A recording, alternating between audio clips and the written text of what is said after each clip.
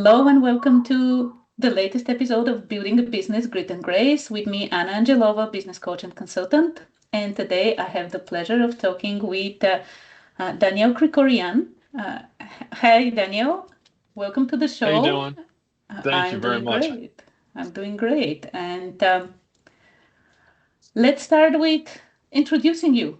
Share a little bit about who you are and what you do. Sure, absolutely. So as you said, my name's Daniel Krikorian. I am based out of Massachusetts here in the States, and um, a long story of how I got here and what I do. But ultimately, in 2020, my life changed, as many people's did with COVID, and I ended up getting into the wedding event space. Was sitting on my hands, got asked to do photography for a wedding. Went there, got my first five-star review, and really didn't quite understand why I got a five-star review as a first-time photographer at a wedding. I had done photography before, but this was a big deal. Um, and the inquiry started flooding in. I grabbed a few friends, taught them how to shoot, really bought the equipment for them, and we did 146 weddings the first year. Um, Oh. yeah, second year we do 447. Third year we add on DJ, we add on coordination, planning, and we get up to 876.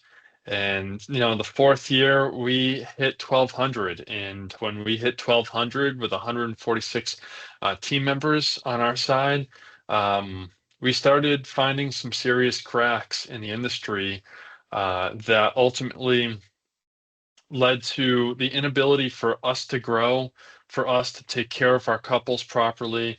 Um, and I started thinking to myself, what was my real goal of both this for myself and for my business? And that was to truly help vendors create a better experience for couples. Because what I ultimately realized was there were so many companies out there, Wedding Wire, The Knot, Zola, that are great companies that help the couple succeed. But I always found that the ultimate solution was not to be reactive, but to be proactive and to help the vendor succeed. Because when they succeed, when they have the organizational tools, the connectivity to the couple, everything that they need, they excel, and then the couple gets a better experience. So this year we turned everything on our head. We took a massive risk and we built B.Remembered Studio and B.Remembered.io. B.Remembered.io is a full wedding platform planning system for couples that also has a marketing system, involved, or I should say, a marketplace involved. And then we have the studio system, which is a full solution, all-in-one solution for vendors to bring everything from their Google Sheets, that helps them manage, to their payment software, to their booking software, all under one roof, even adding in their storage solution too. So that's what we are now, and the goal is to really help vendors with this platform reduce their costs overall. They're spending an asinine amount of money on software. Our goal is to help them communicate better with the couple, create better experiences ultimately. And it's, built by vendors for vendors. Wow, it sounds like such a journey. You mentioned 2020. It's only 5 years ago. I know, I know. Yeah. It's gone by very quickly. It feels like yesterday. And I mean, I'm sure so many businesses relate to this, but we have continuously pivoted with the desire to just understand ourselves. I mean, I think when you buy a business, so much of the structure is already put in place. And since we built it, um, we had to learn so much time and time again. And as you learn, you hit more and more barriers and you kind of understand, the road ahead. And um, it's a really fun process, very stressful process, but very fun if you make it that way. And yeah, it's been a blessing. So. Let's take you back to the beginning stages. Sure. What were you doing before you actually started the business? Mm. Yeah, so I was in I was in sports broadcasting, and yeah, I was in sports broadcasting. My background is actually marketing and psychology, so tie that one together. I'd love to hear it. But I'm in sports broadcasting. I enjoyed it. I was traveling all over the U.S., actually the world even. We later wanted to build a production company. So we were going to focus on small business, mid-sized business, social media, commercials. That takes a lot of money to start up. It also takes a lot of time to build that clientele that's buying from you consistently and, starting to pay down debt, put money in your pocket again. And just at the cusp of getting that all in order and feeling like we had our, a business under our belt, COVID came in and wiped out all of our customers that, were small businesses. So that was my journey to this. Interesting how I was talking with someone else as well, how life kind of gives us the opportunity, and you didn't expect to come to a wedding, do the photo shoot, and then start a business from there. But you took the opportunity. It came, you took it, and sticking with the early days again, like you mentioned, someone asked you to do this, and then you got a 5-star review, which is fantastic. And from there, people started asking you to keep on doing this. Those early clients, Mm. how did they come? Like, how did you find them initially? Yeah, so that's kind of the funniest story of all because when we started our production company, we were listed on this website called Thumbtack, which I don't like to give them credit because Thumbtack ultimately I think is detrimental to businesses in a few ways, but we were listed under wedding and event because a lot of corporations would find us under that tagline. And so if they were looking for their holiday party to be photographed or filmed, they would find us and then we'd say, hey, do you know we also offer X, Y, and Z? And that was a good little way in. So we never took that posting down during COVID. And so now we have couples who a lot of the photographers, videographers during COVID, they just took the government paycheck. They said, listen, weddings are stressful. This is a great time to sit back, relax, get paid the same amount we would get paid if we were at a wedding and enjoy time with family. And I can't blame them. But for me, I was an eager beaver over here. And I was like, oh, this is an open market that no one's available because they shut themselves off, and here I am sitting there, just open to the actual the work, and it flooded in. And then one 5-star after another 5-star. The other thing we did too was we met the market where it was. There were a lot of 6-hour, 7-hour, 8-hour packages by these big photographers because that's what they always sold. For us, we didn't care. We did 1 and 2 hours, and I did four weddings in a day once. It was insane. Wow. So, oh yeah, well, I drove, what was it, like 3 or 4 states that day. I started off in Connecticut, went to Rhode Island, no, 3 states, and then I did 2 in Massachusetts to finish it, all like 1-hour packages. Whatever. Why not? It's Why fun. not? Yeah. Yeah. Mm. It was COVID, so you couldn't do anything anyways. They were all outside. I love being outside. I went out there, took my photos and went back home and edited them and shipped them out, and people were very happy and excited. And so it was a blast. But that's how it all got started. Mhm. Interesting again how like what you said, meeting the market where it was. And one thing that when the business gets established, we kind of forget about those people who were there in the early stages. Like you said, the Hmm. package is now for 6 hours, and we forget about the ones that want 1 hour, and we stop Hmm. stop serving them, which opens the door for the newcomers to come and Hmm. take their share. Hmm. And continuing on the topic of let's say, lead generation. Let's fast forward to today, or how have things changed in the years, and what are you doing right Mhm. now to grow your leads and customer base? Yeah, um, things have changed dramatically. 2023, we saw a massive shift. The average cost of customer or CAC, your customer acquisition cost, went from 125 to about $200 on average, to about 450 to $500 because the lead generation cost on these sites. So the way it works in weddings specifically is there are sites like Wedding Wire, The Knot, Zola, Thumbtack, and they own the SEO. So they're basically this massive barrier that says that if you want to get leads, you have to get them through us.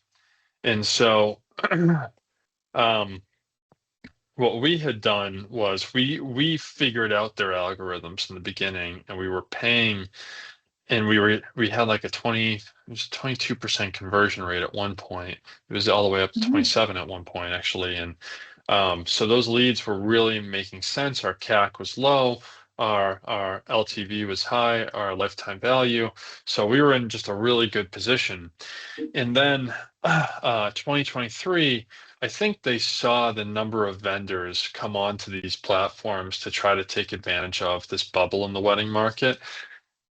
And so they went out there and they 10x their cost. What was a $20 to $30 lead was now a $200 to $300 lead cost. Um, so our strategy now had to adapt significantly because it just didn't make sense the old way of doing it. We now go in and we actually work with the vendor. We are selling to the vendor to help them go ahead and not only go and build a software for them that they have everything in one. But then we actually, this is the really cool part. Since the vendor comes on our platform and adds in 40 clients per year, maybe 20 clients, whatever have you, they're only serving them for photography or DJ. Now that same customer that was added by our vendor gets to go on and see the videographer or the makeup artist or the hairstylist.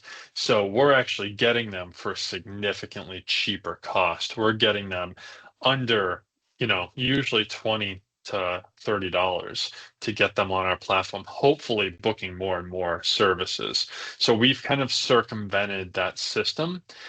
We've also used other methods that I don't even want to talk about to get couples sooner, with lead generation systems that we had built. So really, we've had to get very creative to drive that cost down.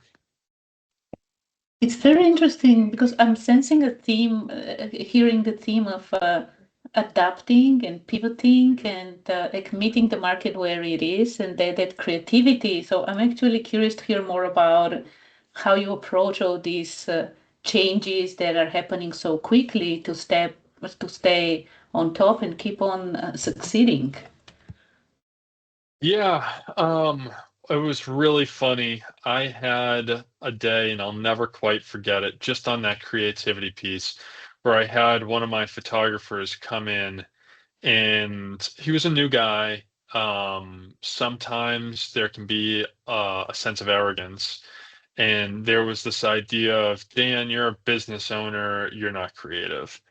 And I was like, what? It's like, well, first of all, I'm a photographer too and a producer. Don't know how that ever came through your mind, but okay.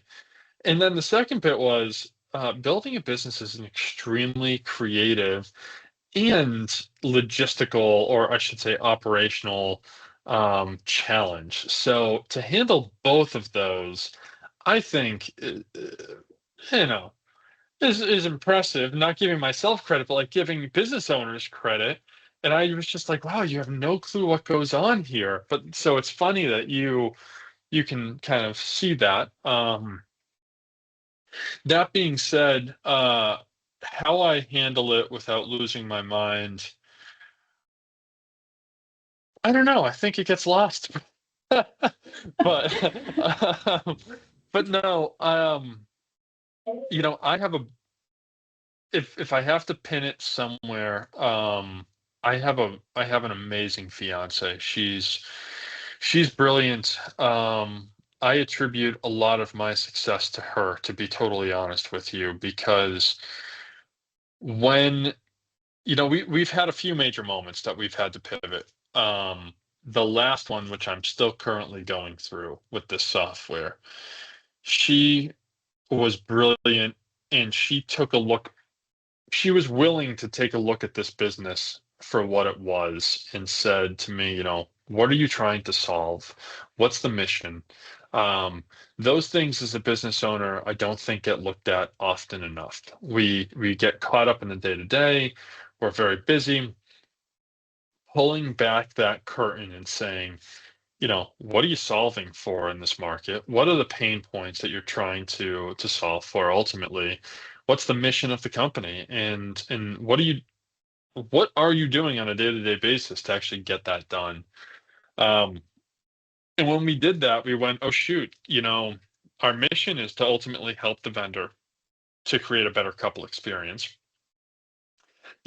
Can that be done? We have 16 people in-house and another 146 team members. Are we doing it for them? What are the tasks that are happening day to day? Can they be done through automation? Is there a software out there that's doing it? Ultimately, there wasn't. We were like, oh shoot, that's what we need to fix. It was a really funny because I have another brilliant woman, Sue, who works with me, and she was just like, Dan, you knucklehead, instead of solving this just for us, which is great, thanks. Like, the industry needs this. It's not out there. It's not being solved for. It's a problem. Look at all these, people saying it's a problem. And I was like, oh, okay. Let's get on this. And so my operations brain then comes into play. But but yeah, I mean, I'm grateful of my father. I have a brilliant I have brilliant parents, and my dad's an engineer, so very problem solving mindset. My mother is financial in finances, so she just is very like detail oriented. So I guess I have a good, like any good business, I have a good group around me. I have a good staff. That's my family mostly. So very grateful for that. Very blessed to have them. Love it. And what you were saying, actually, another thing that I noticed is the whole time as we were talking, you talk about we. You talk about like how we are doing this, how we are building the business, and yeah, having a team and having support and people who can help you get out of the weeds and be like, oh, this is what's happening actually. Yeah. It's really valuable. It's really Mhm. valuable, and thank you for sharing this and for putting the spotlight on the people who are around you and supporting you. Mm. Yeah, it's not just me. I mean, there's it never is. I think we're so quick to idolize these people who do it all by themselves, but they don't. There's just no way. And my fiance is she's brilliant in so many ways, very emotionally.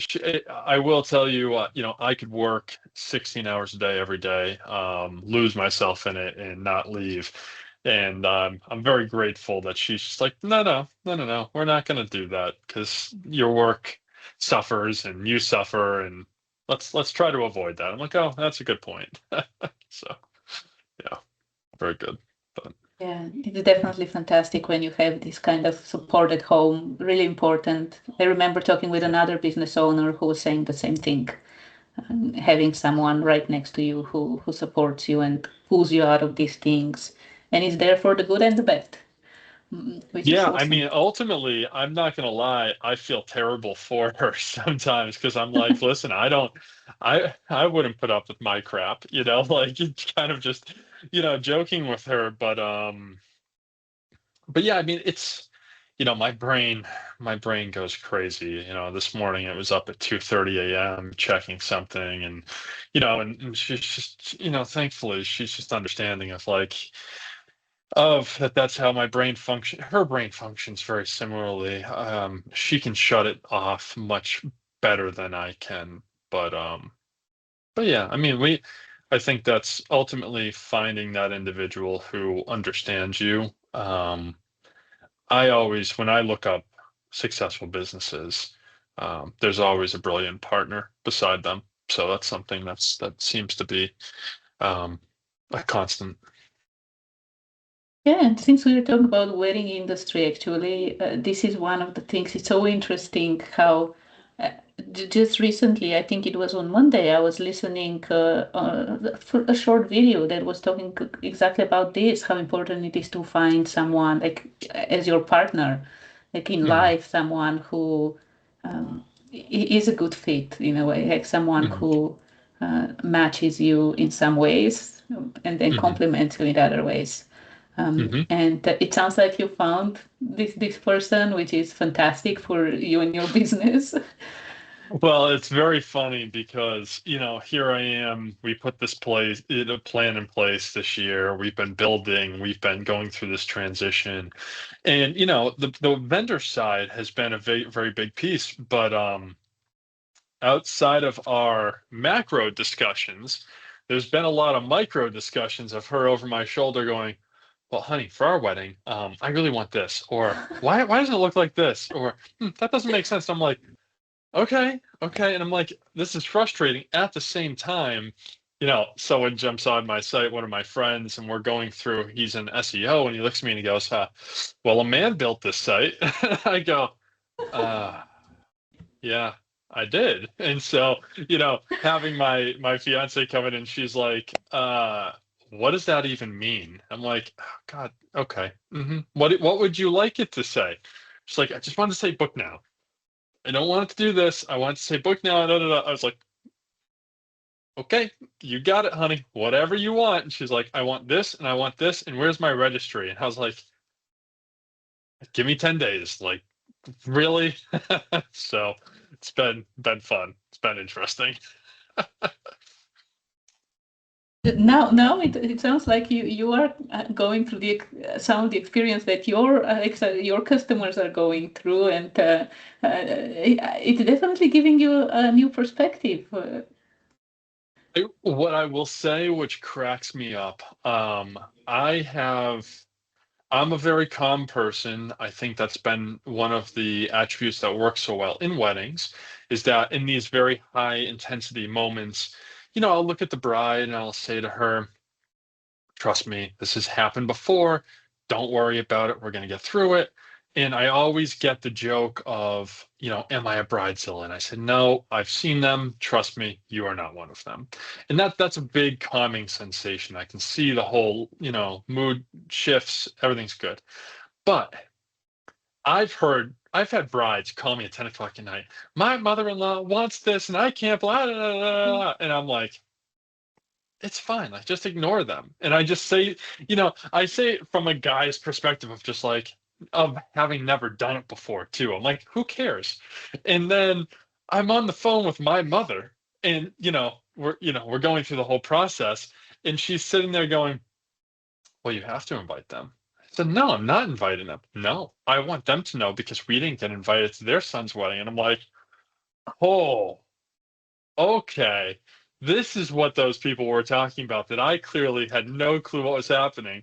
Thankfully, I know. I look at it, I'm like, we're not playing those games. Goodbye. Have a great day. But I'm now in their shoes and I'm not in my fiance's shoes because I know that she's getting it 10 times, Yeah. probably even 100 times more than I am. That being said, I'm hearing it close up now and I'm like, oh, it's not that easy. Okay, my bad. Yeah, Oh yeah. yeah. The business you have in the industry, like it's so interesting and such a great place to be, and of course with the ups and the downs that come with it. You did mention like that you can work 16 hours a day, which made me think about like one thing that we business owners do. Like you said, we can work on the business, in the business, like 24/7. Wake up at 2 a.m. and do things.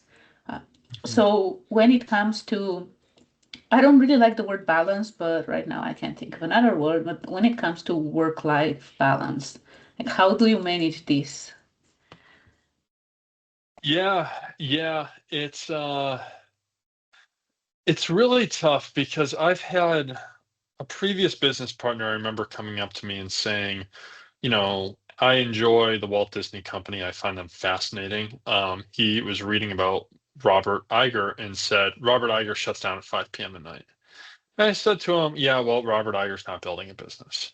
He's in a different stage, and I guarantee you that he's not actually shutting down at 5 p.m. That's something he wrote in a book to make people feel good, right? Like, and to make him seem like a normal human. Because if you say that you work till 10, people or 2 a.m., people go, this person's a lunatic, and they don't want to do it themselves. Okay, Mhm. so no one actually tells that story unless you're on something like this. But I like to be truthful about it, and again, I'm grateful. My fiance works a lot too. She was gone for a week and a half on a business trip, and that's just how it is. That being said, on Friday night for I was going to say Thanksgiving. Thankfully, we're not there yet. For Halloween tomorrow night, we're shutting down at 5 and going trick or treating with my nieces and nephews. So um, there is you're going to be on your phone. You're going to have to deal with it. People aren't going to like it.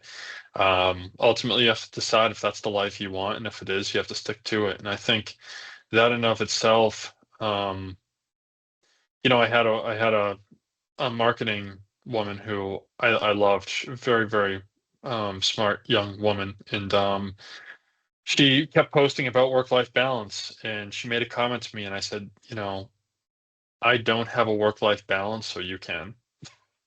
And ultimately, that's what it comes down to sometimes.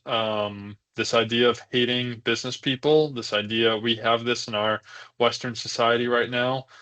We think that they don't deserve it, that they're some higher class.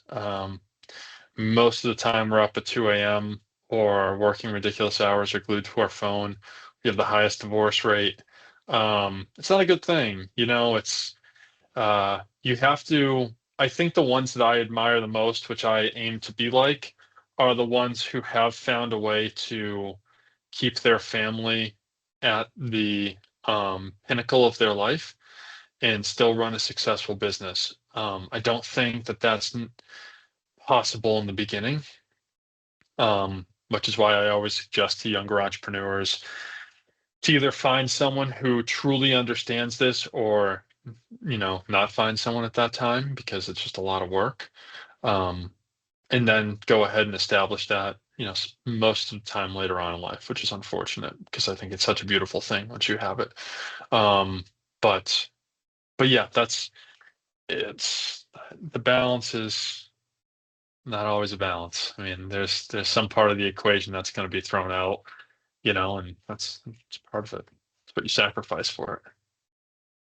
And in a way, when you think about building a business, it, you can definitely draw parallels with raising a child. Like a newborn Mhm. wakes you up every 3, 4 hours, and there is so much demand with this. And it's building your own business. It's like having your own Yeah. baby that you are taking care of like 24/7 in the beginning. And then, like you said, as it goes to different stages, you can step away at some point. Right. Right. So, Absolutely. Yeah. That's a great comparison. I don't have kids, but I would, I would assume, or I've heard the amount of time is very similar in that regard. So I have to assume that is the case.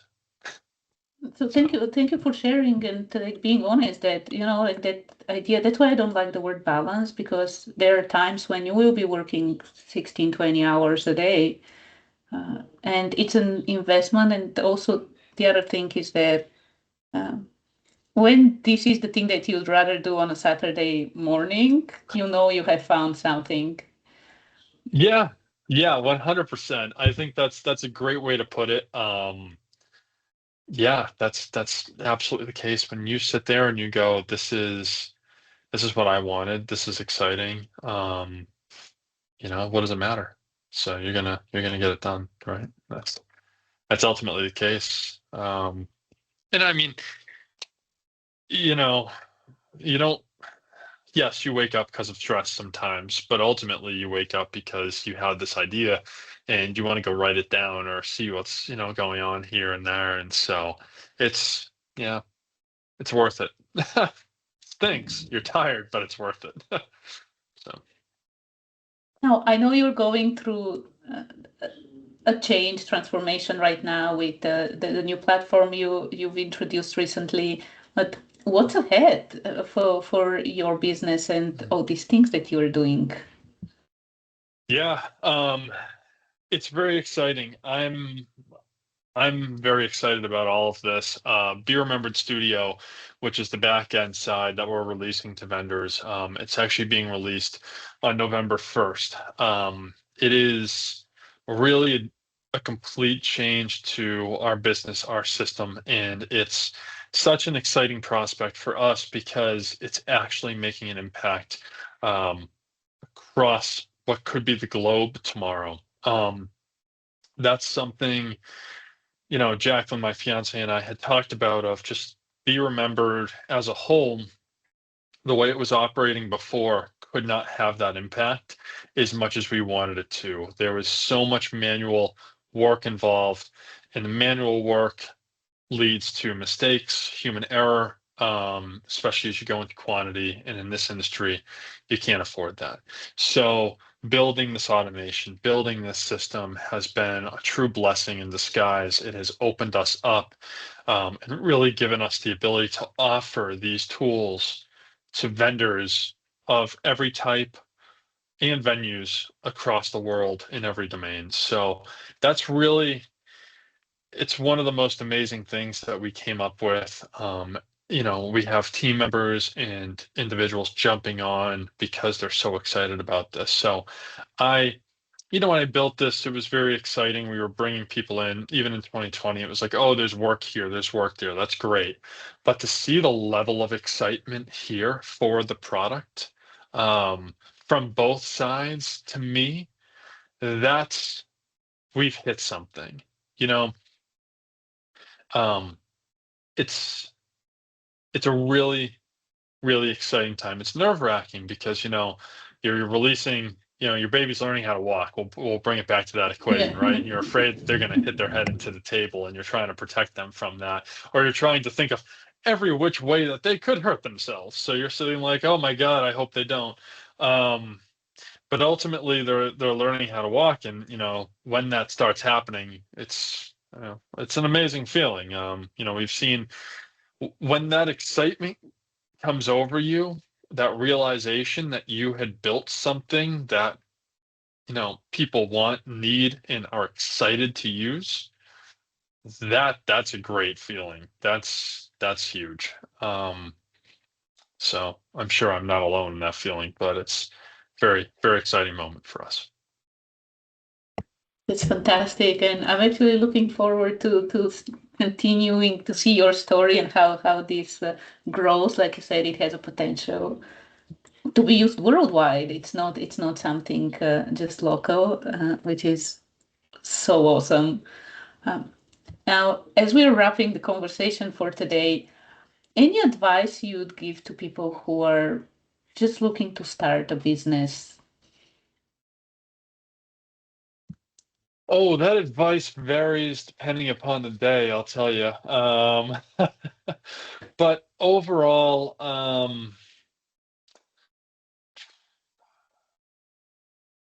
hmm, I would say just be um, grounded in your ambitions.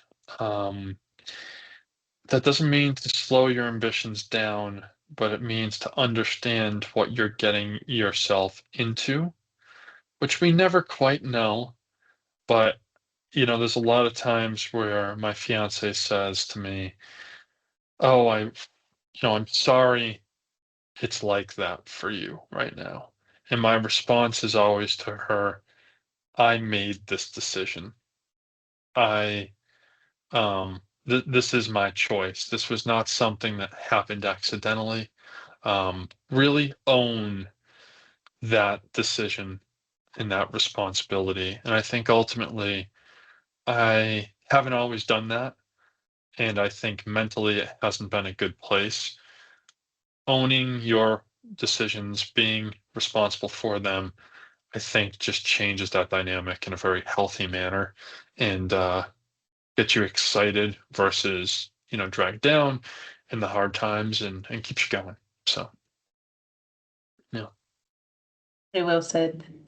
Now, where can people connect with you and find out more about everything you have to offer? Sure. Yeah. I mean, always feel free to email us at hello@B.Remembered.io. The B is by itself, it's not BE. Feel free to email us there. You can check out our website at, B.Remembered Studio.com.